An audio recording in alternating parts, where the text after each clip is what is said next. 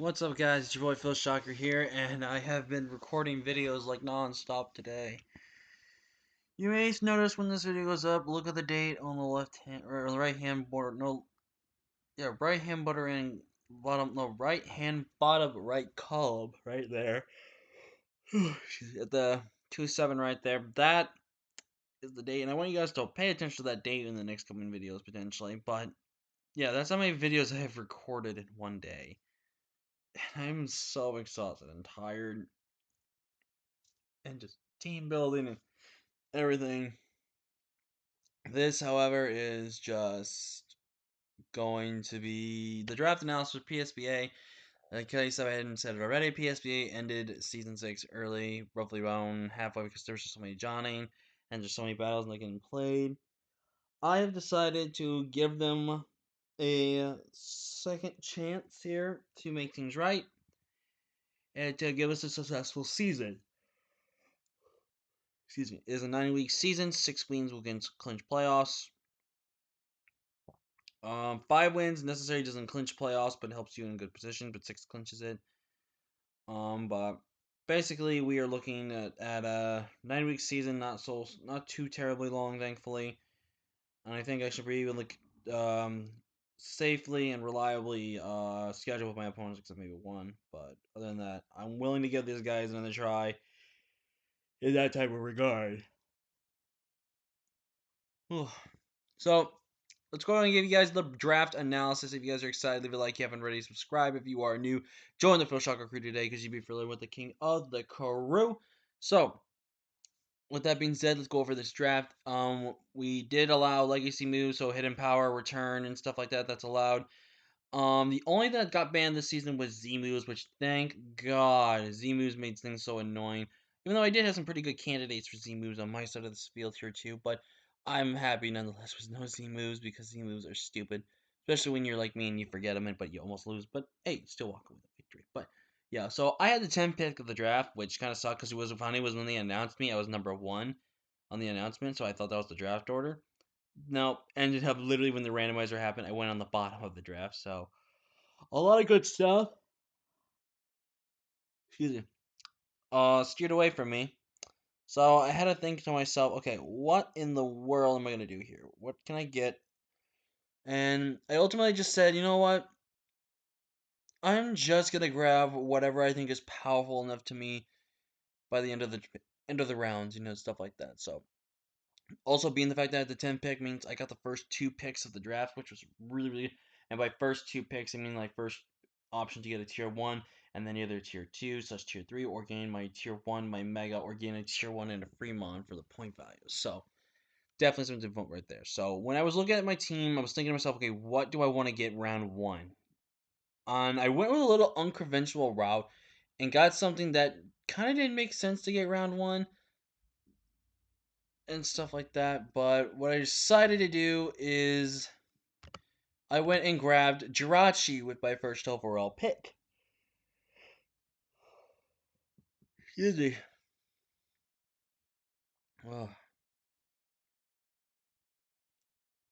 Sleep, man. Tiredness. But I grabbed Jirachi for my first overall pick. From BBL, I've been loving Jirachi. Jirachi is just so fun to use. I just think Jirachi can just do a lot for us in a lot of senses of the way. So the way I was looking at it, Jirachi can just do so much for us. And, the sets with Jirachi are very unlimited right here.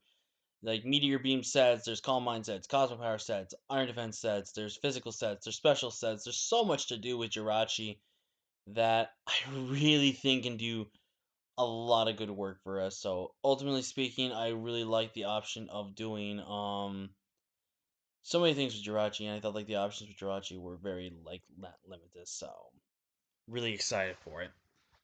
With my second pick, so I was thinking, okay, what do I want to pair well with this thing? And ultimately, I paired up with Rillaboom, which was pretty good, to say the least. I've never used Rillaboom, really. I've only used Rillaboom once, but that's when its hidden ability was currently unallowed. But I grabbed Rillaboom for the fact that Rillaboom's actually really, really cool. Rillaboom provides grassy terrain support.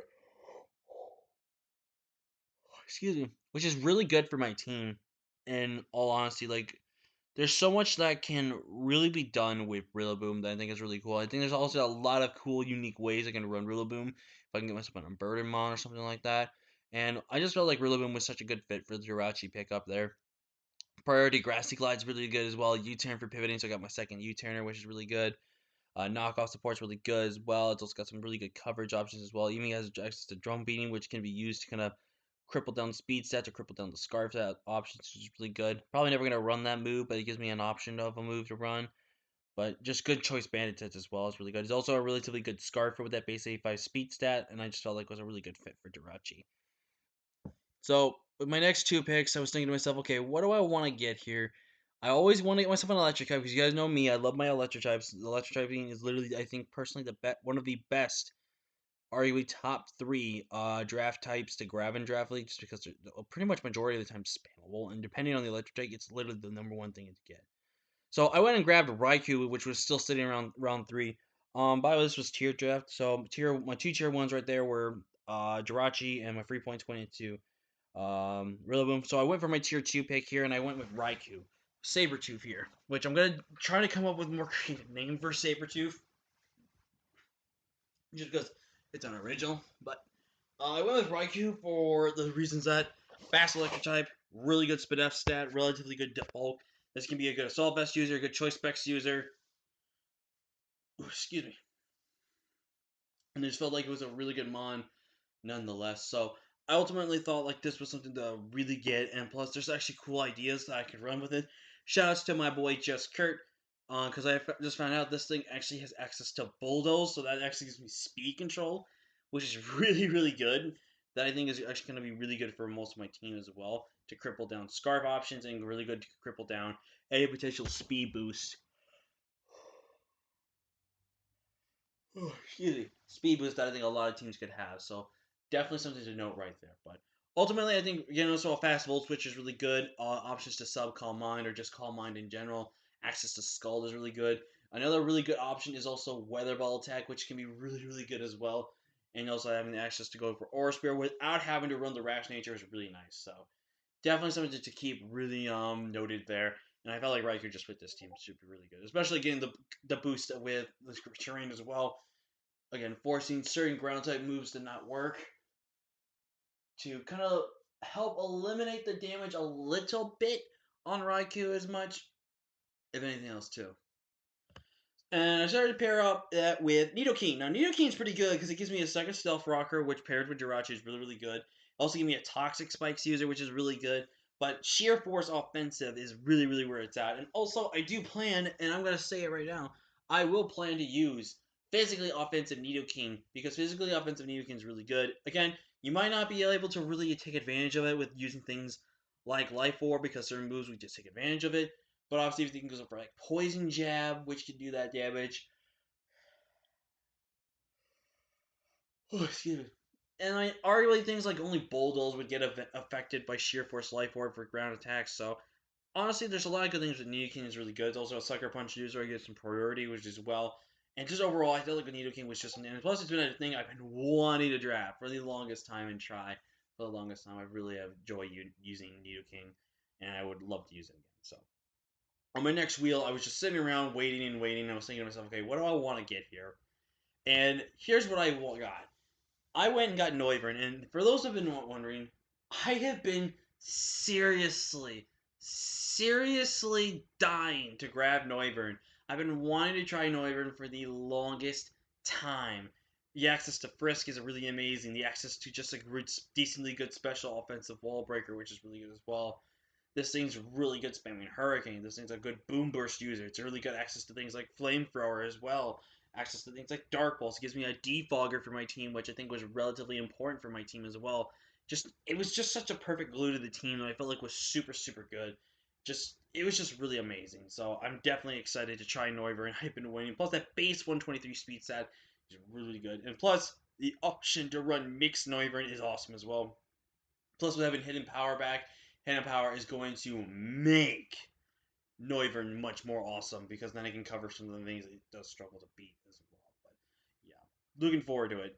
Up next, I grabbed Urshifu Rapid Strike. I was a little surprised this was still sitting in the 6th round, But I can kind of see why people lean little ways away from it because they either grab a good fighting type or they grab a bulky water type or something like that. So I ultimately just go for something else, which is very important. Excuse me. But I felt like Rapid Strike was really, really good, especially when you look later on in my draft. Rapid Strikes, Surging Strikes are gonna get a little boosted in a good way. I just felt like this was a really good bond to grab, nonetheless. Yes, I know the Rocky Helmet stuff is gonna be annoying and have to deal with that, blah blah blah, everything, etc., etc., etc. But what I ultimately liked about having Urshifu here is it's just super good, man. It's just super good. I really think a lot of people sleep on it. It gives me now my fourth momentum user. It gives me my third U-turn. It gives me actually no, it gives me my fourth U-turn. I have five turns of momentum with U-turn and Volt Switch, and I just felt like Urshifu single strike, Urshifu Rapid Strike, my man, got the coverage. Like this thing has Fire Punch for some weird reason. I don't understand why. And it learns Thunder Punch, which I don't understand why either. The only thing that Single Strike has over Rapid Strike, it has Fairy coverage. I have to kind of rely on my Water coverage, Stab, to kind of be able to beat Fairy types. So that's something I have to be filled about that. But going into my next set of picks, you can see where this route's going to start going now. I grabbed Polito. Polito was really, really kind of there. And plus, I saw someone else grab Bear Scuda, so I think they had the options to potentially grab Politoed for a miniature Swift Swim team as well. But ultimately, I think Politoed just fit this team so much better. And now I have Rain Boosted Surge and Strikes. And now I also have a Mon that can guarantee land Hurricane, which is really, really good. And plus, Politoed itself is really good. The access thing like Toxic Hypnosis is really good. Parasong Trapping, which is also really good.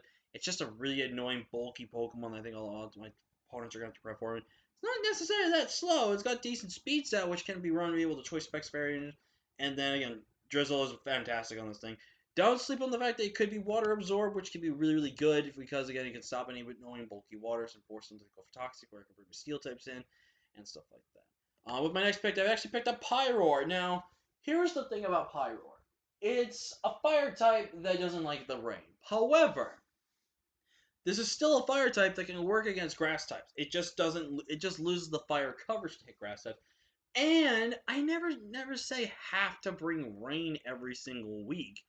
It's not like it's only when I see rain has a dominant matchup that it can do so much. But that's where I have no other options and stuff like that. But I feel like Pyro, especially since I had to get a tier 5, I decided I should get 2 tier 5s because of some reason. But the first tier 5 option, I felt like Pyro was a really good one because of that base 106 speed stat, which really fits in between the speed stats of the Noivern and the, well, actually, between the base 100 I have and the base 115, which is really good. And I just felt overall that was a really good speed stack grab to get there. Normal spam is really, really good. The only thing that really switches in on this thing is going to be steel types. But again, if I don't run rain, fire type covers the steel, and ghost types, but we have access to dark pulse, which is really important as well. And plus, they don't come in on fire type coverage as well. Now, I went and grabbed Slurpuff, and here's a couple of reasons. One, this is a returning MVP from the APA Indigo Championship team that's coming back, and I grabbed it because one, I wanted Sticky Webs. I felt like Sticky Webs was really a key asset for this team. And if you really look at my team really kind of pressures the teams to force them to run reliable defog. Just because, again, I only have one way to remove hazards on my side of the field. That is defog. But here's the thing. If I can pressure my opponents to bring defog on their end to really not get hazard stacked, it basically serves up the freeness that Noivern doesn't have to run it. And Noivern can just be, one of those mons that occasionally runs heavy duty boots most of the time or anything like that. And I just really felt like that's really good in the pressuring. But what I also like about Slurpuff is Slurpuff pressures teams just from an offensive standpoint. It's a really good user of Calm Mind. It's a really good user of Belly Drum, especially with the return back now, which is really good as well. And it's just a good Pokemon. I really, really love Slurpuff. It is arguably one of my top 5 fairies I have ever used that I love, and it's just so good. I'm really excited. Now, we need to talk about this. My buddy Shadow, aka Cosmic Gallade, or Shadow Gallade as he likes to go by, he complained about getting a tier 2 Salamence when it should be tier 1. I just want to not exactly top that, but I want to just level this. I got tier 5.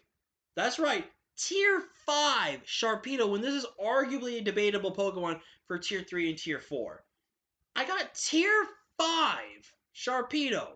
Speed boost, amazing. The fact to run physical, special, mix, it's so good.